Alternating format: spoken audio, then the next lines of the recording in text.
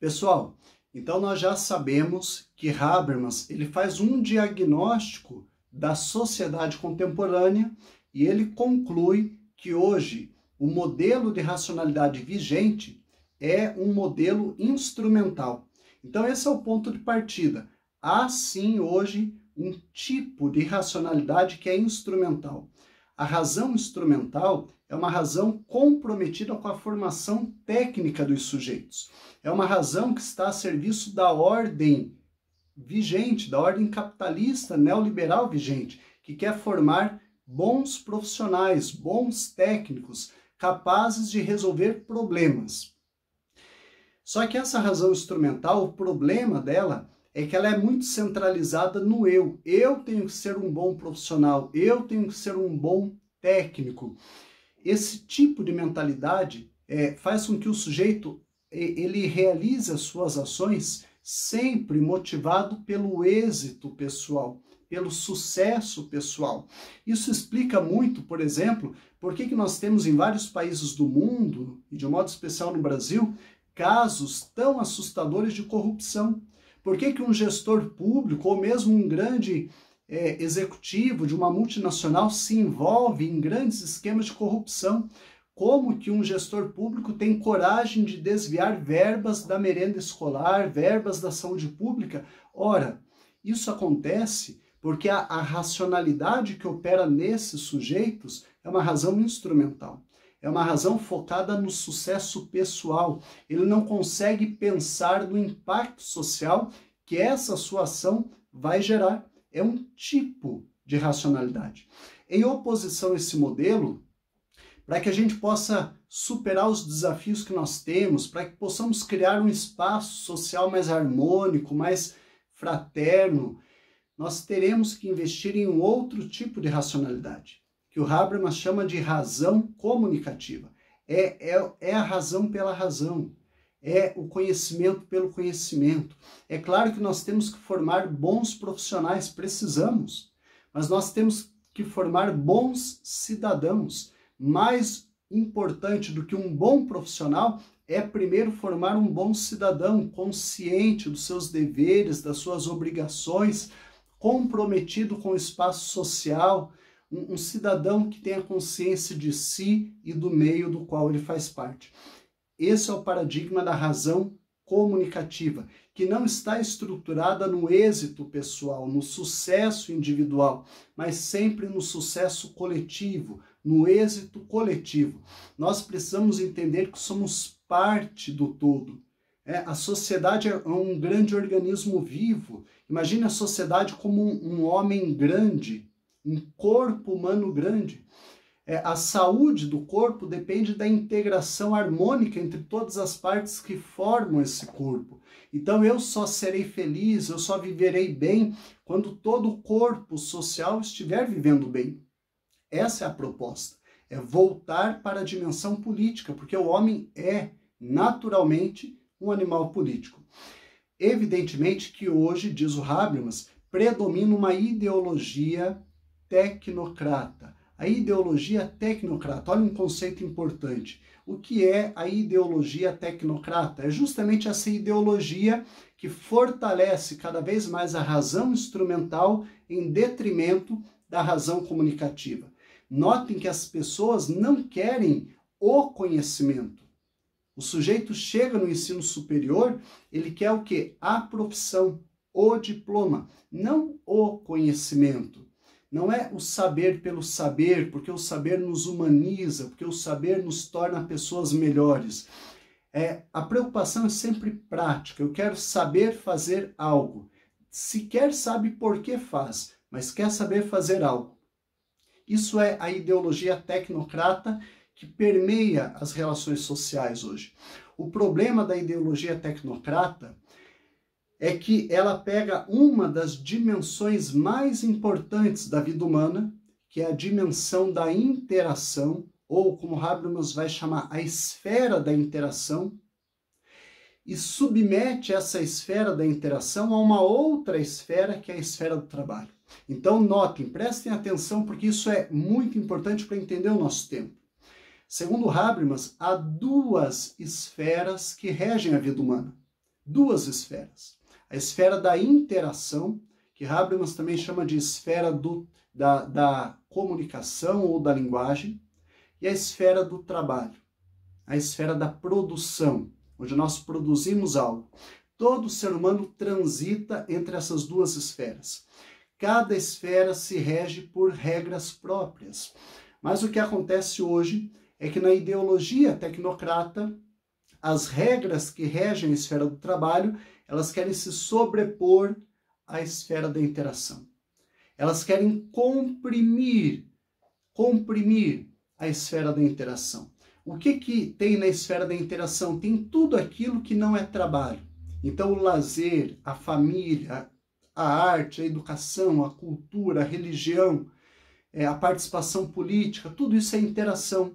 São atividades que nós realizamos com outras pessoas, interagindo com essas pessoas. Mas notem que hoje a esfera do trabalho, ela quer se sobrepor à esfera da interação. E isso não é por acaso. O grande objetivo da tecnocracia é que o sujeito, que eu e você, não tenhamos tempo para a interação. O grande objetivo é que nós estejamos sempre disponíveis para o trabalho. Por isso é preciso trabalhar sempre e cada vez mais, produzir mais, para ganhar mais dinheiro, para consumir mais e para continuar movimentando a lógica da economia. O grande problema que é decorrente desse processo de sobreposição da esfera do trabalho sobre a esfera da interação é que nós vamos produzindo cada vez mais um ser despolitizado. Nós estamos produzindo um tipo de ser humano que está totalmente alheio à realidade social e política da qual faz parte.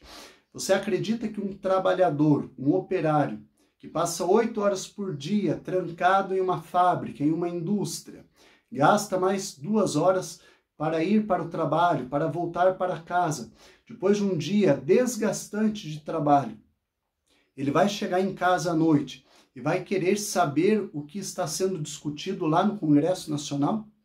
Ele vai querer discutir política com o vizinho? Ele vai querer participar de uma reunião da Associação de Moradores do seu bairro? Certamente que não. Então a ideologia tecnocrata, o que ela faz é tentar produzir um ser humano que esteja comprometido com o trabalho, com a produção e com o consumo. É isso que a Escola de Frankfurt lá atrás já tinha percebido. É a razão que vigora hoje, é uma razão que decretou a submissão do homem ao consumismo. A razão que deveria nos libertar, ela se tornou um mito, porque ela nos aprisiona, ela nos envolve, ela nos engana e nos torna submissos a essa ordem, a essa lógica consumista que vigora no nosso meio. A proposta, portanto, de Habermas consiste, primeiro, em perceber que isso acontece. Porque o grande problema é que as pessoas não percebem. Nós estamos tão envolvidos nessa lógica tecnocrata, trabalhar, 40 horas semanais, descansar no sábado, voltar a trabalhar na segunda, que nós não percebemos que nós estamos sendo produzidos de um determinado modo. Nós estamos sendo formatados de uma determinada maneira e que o resultado disso é um ser despolitizado. Por isso os grandes impasses políticos que nós temos enfrentado. Por isso a dificuldade de criar uma agenda política em comum. Pense na realidade do Brasil. Veja a crise política que o Brasil tem enfrentado já há alguns anos. Nós não conseguimos nos entender, nós não conseguimos criar uma agenda política em comum, cada um puxando a corda para um lado. Mas por que isso acontece? Porque nós não conseguimos parar e dialogar, porque nós não conseguimos nos entender, mas isso é intencional. A ordem, a ideologia tecnocrata, ela faz isso de forma intencional. A ideia é manter as pessoas ocupadas. As pessoas não podem ter tempo livre. Se as pessoas tiverem tempo livre, elas podem começar a ler mais, a estudar mais, a dialogar mais, a se entender mais. Se as pessoas se entendem, se as pessoas falam a mesma língua, isso é muito perigoso para a ordem tecnocrata. Pensem em Habermas. Veja, Habermas quer tornar a sociedade esclarecida. como que nós vamos tornar a sociedade esclarecida? Só tem um jeito, se as pessoas dialogarem, se as pessoas tiverem momento de dialogar, de falar, de debater, de discutir, e é justamente a impossibilidade do diálogo que é um dos objetivos da ideologia tecnocrata. A tecnocracia não permite que exista momentos para o diálogo.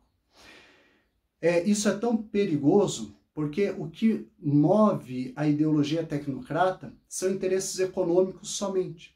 A vida, ela não tem maior valor do que a economia. A economia vem em primeiro lugar. Então a lógica tecnocrata ela é tão cruel que gradativamente, para continuar mantendo a lógica da economia girando a todo custo, o que a tecnocracia faz? Ela gradativamente vai transformando direitos em produtos. Chega um momento que a tecnocracia, para garantir o movimento da roda da economia, ela começa a transformar direitos em produtos. Nós estamos vivenciando isso. Então veja, a educação é um direito, garantido constitucionalmente. Mas se você quer ter acesso a uma educação de qualidade, você tem que comprar, pagar um curso superior privado, porque isso se tornou agora um produto. A saúde é a mesma coisa, é um direito. Mas se você quer saúde de qualidade, você tem que fazer um plano de saúde, comprar o produto. Segurança é um direito, mas você tem que contratar uma empresa de segurança privada. Previdência é um direito, mas você terá que fazer agora um plano de previdência privada. Notem que a lógica capitalista, a lógica tecnocrata, transforma todos os direitos em produtos. Até aí tudo bem. O grande problema é que muitas pessoas, talvez, salvo melhor juízo, talvez 80% da população mundial não tenha condições de adquirir esses produtos que antes eram direitos. Então nós criamos uma massa de pessoas que estão à margem da sociedade. Uma massa social a qual é negada o direito de ter direitos. Essas pessoas, se quiserem ter direitos, terão que comprar aquilo que antes era um direito e agora se tornou um produto. Então isso é um problema. E a tecnocracia não se preocupa com isso. Então a tecnocracia não está preocupada se tem pessoas que vão morrer por não ter acesso a determinados direitos, como a saúde. A tecnocracia quer manter a economia girando a todo custo. De novo, Agamben, filósofo italiano, vai dizer, olha, Deus não morreu. Deus não morreu. Deus se tornou dinheiro. E é justamente isso. Deus se tornou dinheiro. Então esse grande Deus, o dinheiro, ele organiza as políticas públicas do Estado. Por isso que é tão difícil acreditar que nós vivemos de fato em um modelo democrático. Nós vivemos em um modelo tecnocrático. Quem manda no Estado? O povo é soberano ou é o capital? Ou é a economia que é soberana? Quem dita as regras do jogo? Sou eu? É você? Ou é o grande capital? Essa é a crítica habermasiana. Notem que a proposta de Habermas consiste em descomprimir a esfera da interação. Então não é para eliminar a esfera do trabalho, jamais. Mas a proposta do Habermas é descomprimir a esfera da interação para que as pessoas tenham tempo para outras atividades. Tendo tempo para outras atividades, para que as pessoas possam dialogar, se entender e assim construir um novo modelo de democracia. Termino dizendo, a proposta do Habermas consiste em construir uma democracia que ele chama de democracia deliberativa. Democracia deliberativa, onde as pessoas deliberem, participem, possam debater, discutir, usar a linguagem, usar a palavra, onde todos possam falar. Porque somente quando nós falarmos, debatermos, com argumentos, não com ofensas, nós chegaremos ao entendimento. Então, temas polêmicos como aborto, uso recreativo da maconha, eutanásia, união estável homoafetiva. Veja, esses temas polêmicos que nós temos que enfrentar, discutir, que o Congresso Nacional precisa discutir, esses temas serão melhor debatidos se houver uma ampla participação popular. Mas para isso temos que criar espaços para que as pessoas possam falar, possam dizer, possam discutir, opinar. O nome desse movimento é Democracia Deliberativa. É um modelo desafiante, mas urgente, para que nós possamos criar um espaço social onde todos tenham vez e onde todos tenham voz.